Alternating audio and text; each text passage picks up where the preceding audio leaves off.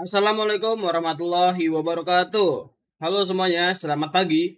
Perkenalkan, nama saya Hida Afril Amir Fahmi dengan NIM 310 1230 23756. Dan teman-teman semuanya, di sini saya akan mempresentasikan tugas mata kuliah Technopreneurship dengan dosen Pak Haji Rahmadi SEMKOM.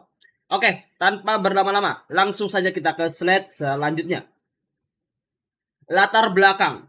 Perkembangan di dunia bisnis di era modern semakin cepat akibat globalisasi, digitalisasi, dan perubahan perilaku konsumen. Nah, teman-teman, untuk bisa bertahan, pelaku usaha tidak cukup hanya mengandalkan modal, tetapi harus memiliki strategi, inovasi, serta pemahaman teknologi yang baik. Banyak usaha kecil dan menengah yang gagal bukan karena kurangnya ide, tetapi apa? Tetapi karena tidak memahami karena apa? Karena tidak memahami cara memulai bisnis yang benar, serta tidak mampu melihat peluang yang sebenarnya ada di depan mata. Di sisi lain, teknologi berkembang sangat pesat. AI yang kita tahu sebagai artificial intelligence, terutama ChatGPT, kini menjadi tren yang mampu membantu bisnis dalam berbagai aspek, mulai dari pelayanan pelanggan, pembuatan konten, hingga analisis data. Nah, penggabungan antara strategi bisnis tradisional seperti analisis pasar dan rencana usaha dengan teknologi modern berbasis AI, yaitu ya ChatGPT itu tadi teman-teman ya, dapat menciptakan keunggulan kompetitif dan meningkatkan peluang kesuksesan. Nah, oleh karena itu, pemahaman tentang cara memulai usaha, karakteristik peluang bisnis yang baik, serta pemanfaatan AI untuk bisnis sangat penting. Agar apa teman-teman? Agar pelaku usaha dapat berkembang di era persaingan global saat ini. Lanjut ke slide selanjutnya. Rumusan masalah. Bagaimana cara efektif memulai usaha baru? Banyak calon wirausaha memiliki ide, namun kesulitan saat mengeksekusinya. Nah, teman-teman, masalah yang sering muncul adalah tidak adanya perencanaan bisnis, kurangnya riset pasar, dan lemahnya manajemen modal. Nih, pertanyaan ini penting. Untuk apa? Karena langkah awal yang salah dapat membuat usaha gagal berkembang. Usaha kalian bakal bangkrut. Gitu ya, teman-teman ya.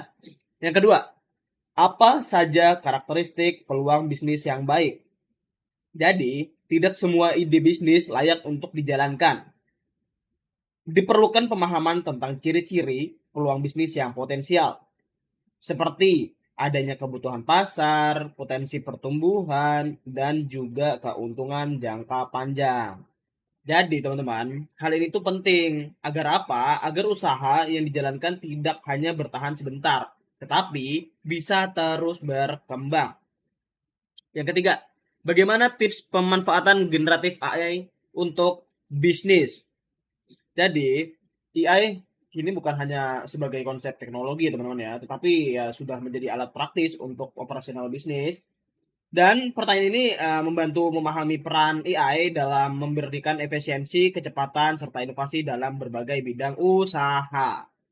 Yang keempat, bagaimana ChatGPT dapat digunakan secara inovatif untuk menunjang usaha. Jadi ChatGPT itu sekarang menjadi salah satu aplikasi AI yang paling populer ya teman-teman ya. Kita tidak bisa memungkiri hal itu, tapi seringkali hanya digunakan untuk hal sederhana. Nah, pertanyaan ini membantu menggali lebih dalam bagaimana ChatGPT bisa dimanfaatkan secara kreatif. Dari customer service, pembuatan konten, hingga mendukung pengambilan keputusan bisnis ya teman-teman ya. Lanjut. Tujuan presentasi pada pagi ini. Yang pertama, menjelaskan langkah-langkah dalam memulai usaha. Yang kedua, menguraikan karakteristik peluang bisnis yang baik. Yang ketiga, membahas peran dan dampak AI pada berbagai bidang, khususnya bisnis. Yang keempat, menjelaskan cara inovatif menggunakan ChatGPT dalam bisnis. Yang kelima, memberikan tips praktis pemanfaatan generatif AI.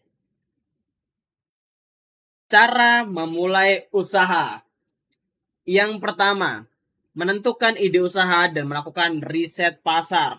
Nah, langkah pertama ini adalah memilih ide yang sesuai dengan minat, keahlian, dan peluang yang ada. Tapi teman-teman ya, ide bagus saja tuh tidak cukup. Karena apa? Karena ide tuh harus diuji dengan riset pasar sebagai target, kayak contohnya tuh kayak target konsumennya gimana, bagaimana trennya sedang berkembang, serta seberapa kuat persaingan di lingkup kerja kalian.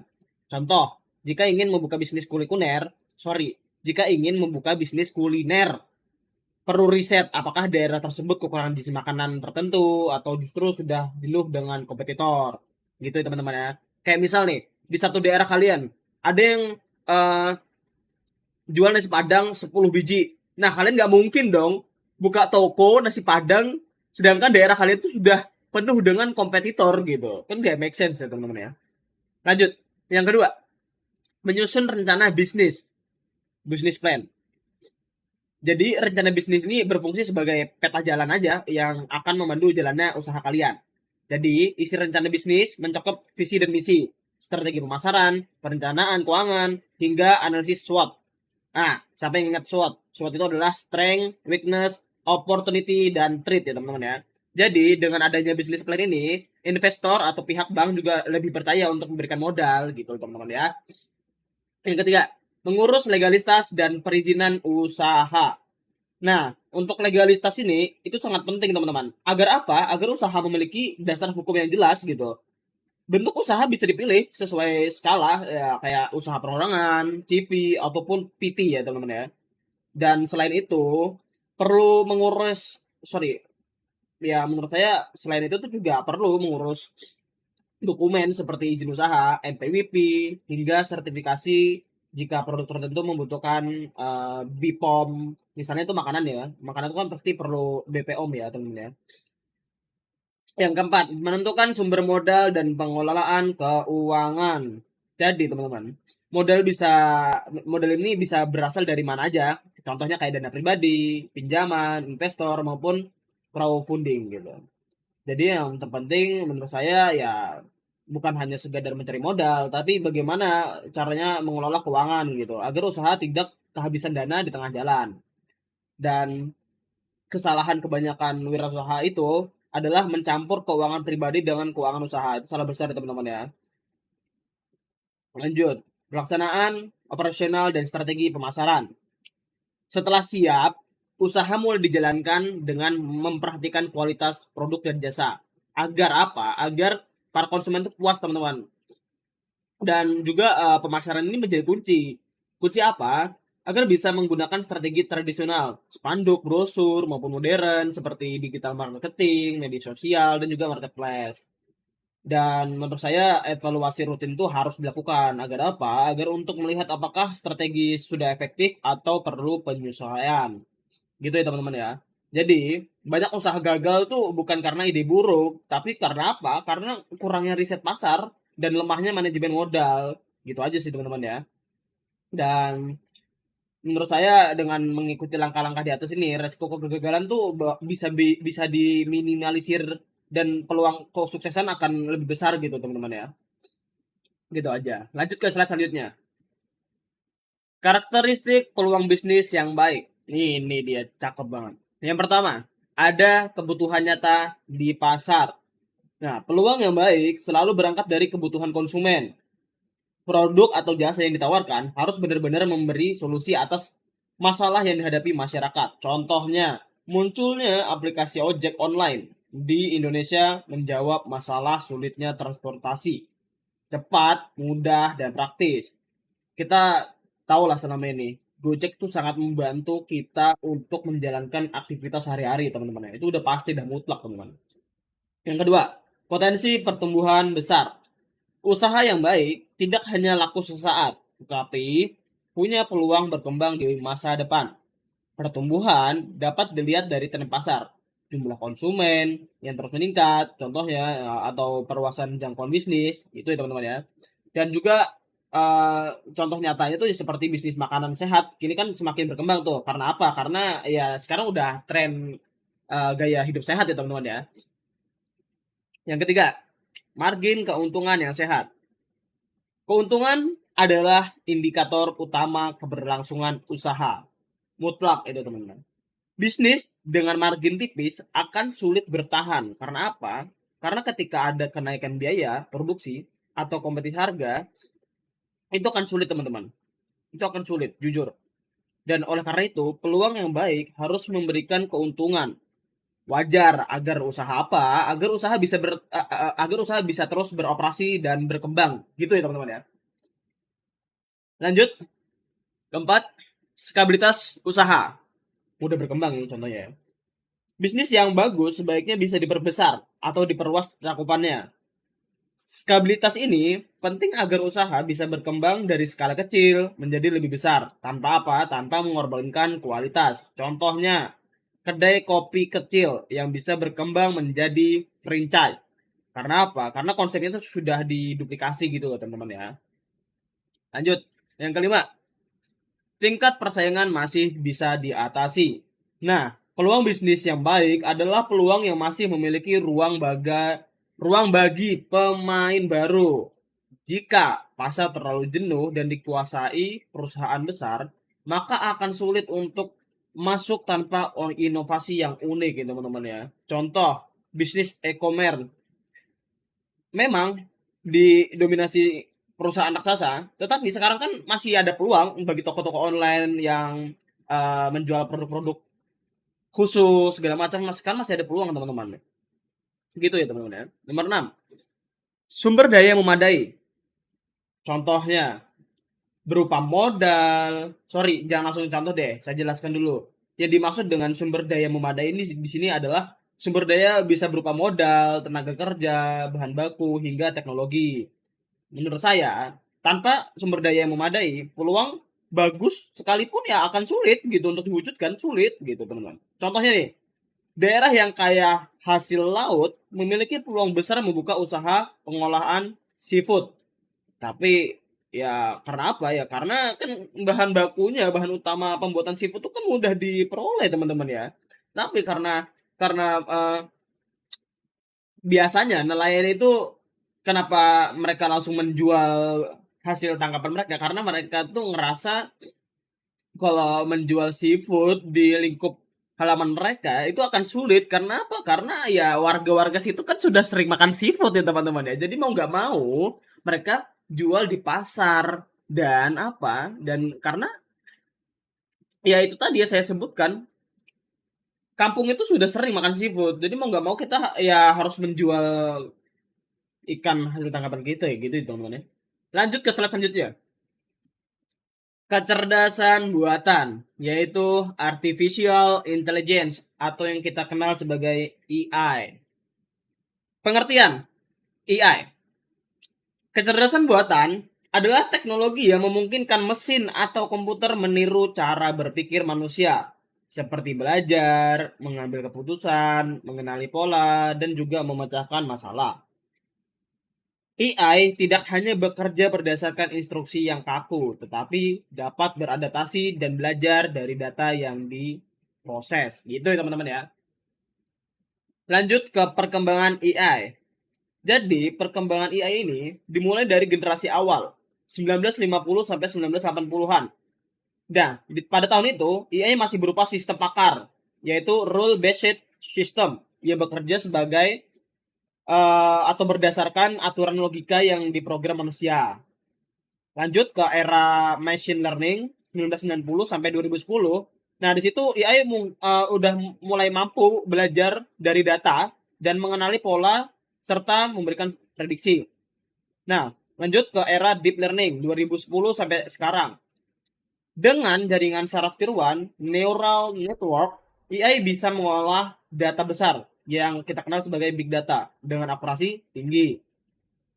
Lalu, masuklah ke masa generatif AI 2020 sampai sekarang. Nah, AI kini tidak hanya menganalisis, tetapi juga menciptakan konten baru seperti teks, gambar, video, musik, bahkan kode program ya teman-teman ya.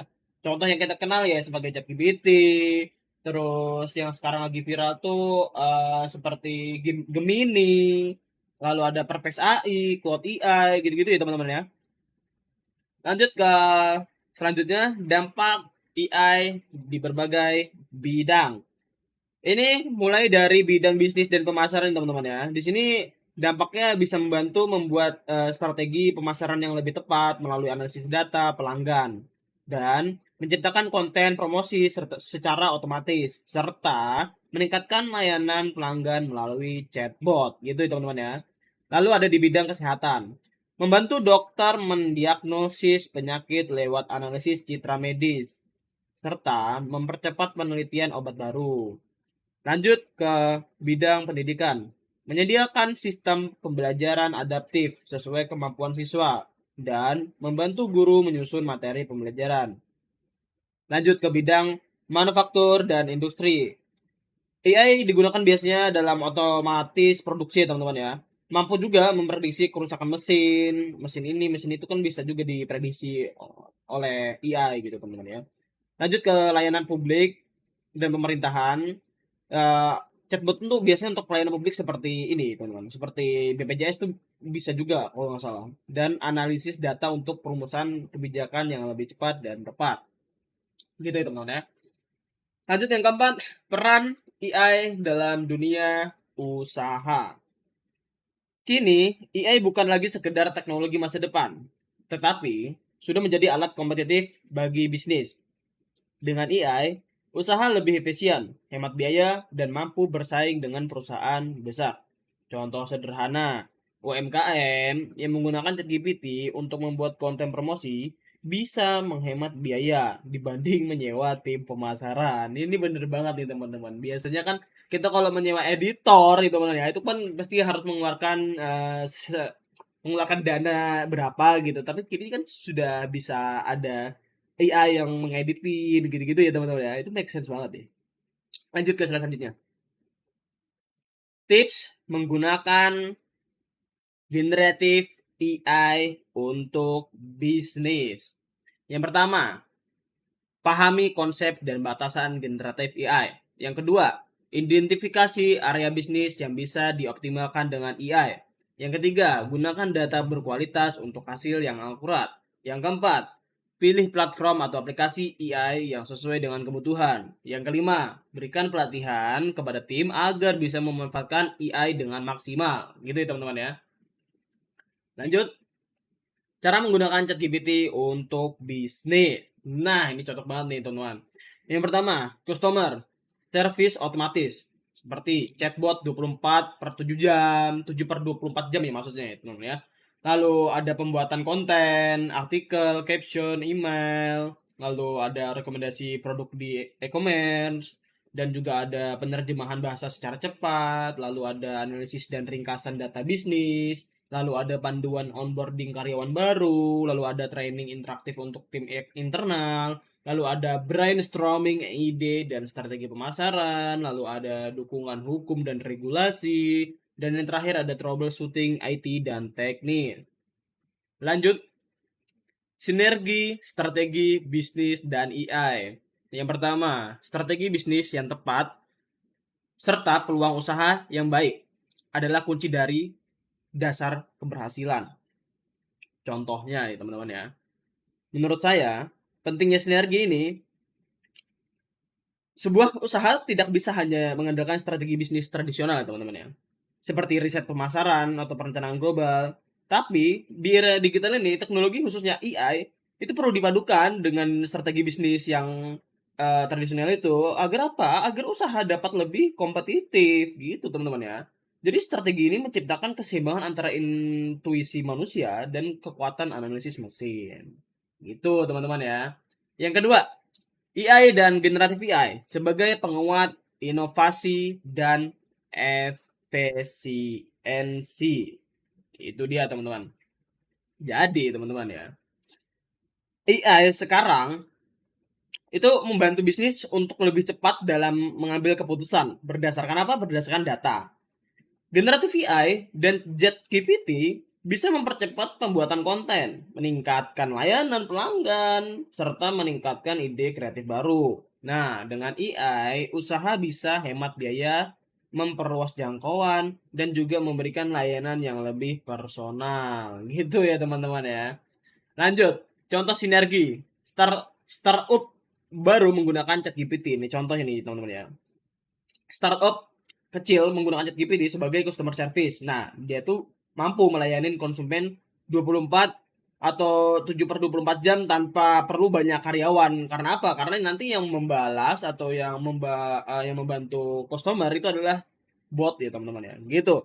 Lanjut ada UMKM. Nah, UMKM ini memakai AI untuk membuat desain promosi dan caption media sosial. Nah, itu bisa menghemat waktu dan biaya juga. Jadi hasilnya lebih kreatif gitu teman-teman ya. Lalu ada perusahaan sorry teman-teman. Lalu ada perusahaan apa ya tadi ya? Ada perusahaan yang dimana perusahaan ini bisa menghemat pengeluaran karyawan ya teman-teman. Itu udah pasti sih.